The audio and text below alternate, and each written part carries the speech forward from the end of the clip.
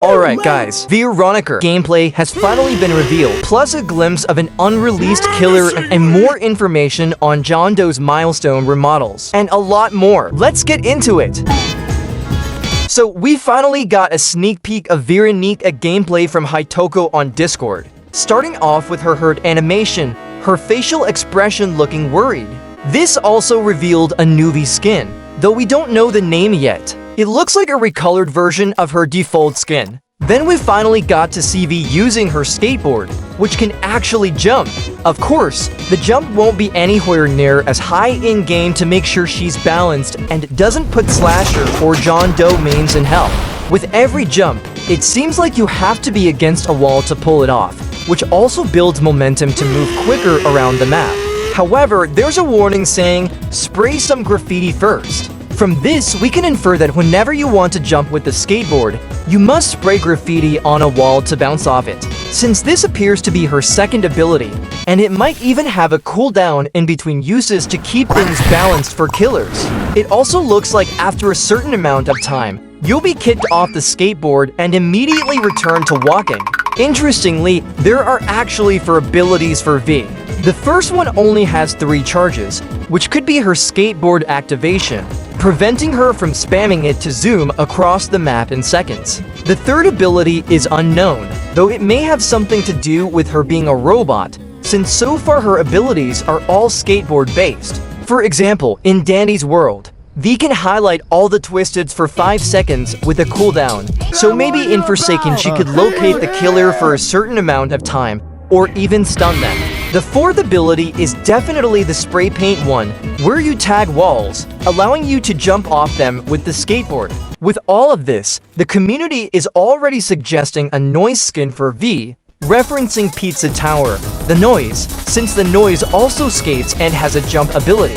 This would be the perfect skin to add, and it would definitely push a lot of players to grind V to level 100. Of course, Slasher mains might be cooked with these jumps. V could fully break his ankles, forcing him to run all the way across the map. We still don't know the release date of the chapter to update, which will also include guest 666, but many are speculating it could drop in late November at the earliest, or early January. We'll have to wait for the playtest first, which means the release will come sometime after that. Are you excited for V? We now have confirmation on the remodeling of John Doe's Milestone skins from Awaken. They're clearly cooking up some major things for John Doe. Some people were asking about the Milestone for skin and if the arm for the base model should be from the M for skin. Awaken indicated that the skin is already done, and that the arm doesn't even resemble the base arm, meaning it's much more detailed and insane. Some have also asked whether the old Milestone skins are going to become legacy. A render for a new model of the M for skin was shown, but that render has since been scrapped. From what the devs have said, the current Milestone skins will indeed become legacy. So hurry up and get John Doe to level 100. Overall, everyone is excited to finally see them updated. This is much needed with John Doe's new remodel, and hopefully we'll be getting more sneak peeks of the Milestone skins soon. So flowers has once again been found in this V gameplay sneak peek. Near the end of the video, a bunch of NPCs are scattered around the map, with flowers prominently standing there. We also previously saw flowers in the guest 666 ability sneak peek as one of the NPCs. Then we were able to spot him again in another G666 sneak peek, hiding in the background in all red, but that could just be something different. You tripping, bruh. Also, with this sneak peek of Veeronica, people are calling out Hitoko for showcasing it to avoid talking about the 25% and how Forsaken follows an entire cycle that many agreed with. However, a lot of people called them out for being a douchebag and just complaining, since the Forsaken team is still working on the game. But even this reply led to more backlash, with some pointing out that Forsaken always seems to update right after drama, and that it keeps happening while Soul is still getting paid. Essentially, they're saying every dev should stop working on the game because of Hitoko. With Inactive responding, explaining the reasoning behind this cover-up theory, pointing out that the 2x XP event dropped at the same time and that the only new Veeronica info was released after around 2 months of silence. However, others argued that the devs can't do much due to the NDA. It's a legal situation that definitely takes time to resolve. So while some people believe they're avoiding the issue, others are saying, what else can they do?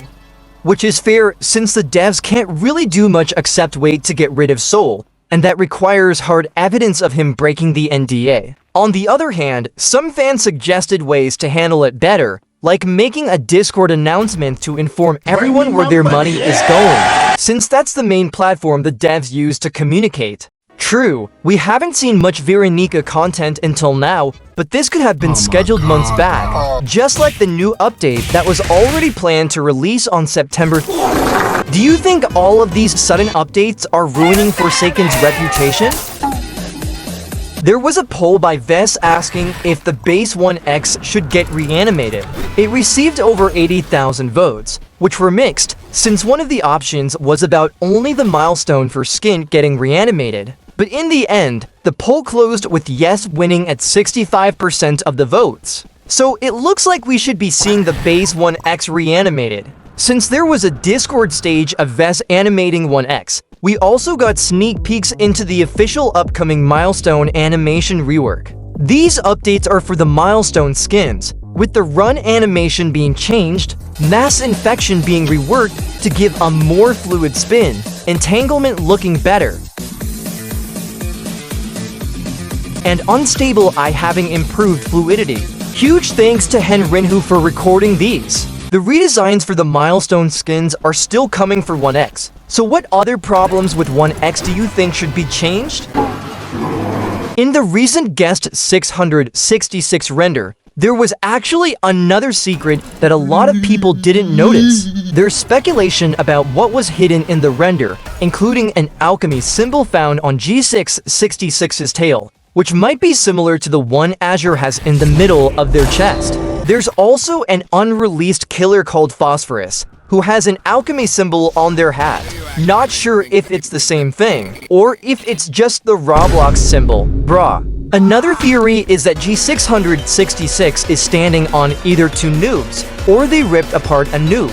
The noob's face has been redacted, so we don't know if it's to hide their identity or just censor it out. There's also a reflection from the noob that could either be body parts or an image we don't recognize yet. And then there are these flowers on the right, which have also been seen in the Pride noob render. In that render, there's a guest, so this might actually be the same place where G666 ripped apart a noob. The fact that guest is in this render with the flowers could connect it back to G666, but this is just a theory. A Forsaken theory. It's great to finally see V get her shine with gameplay and the other sneak peeks that we got. Are you excited to play her? Subscribe and hit the bell for more Forsakening.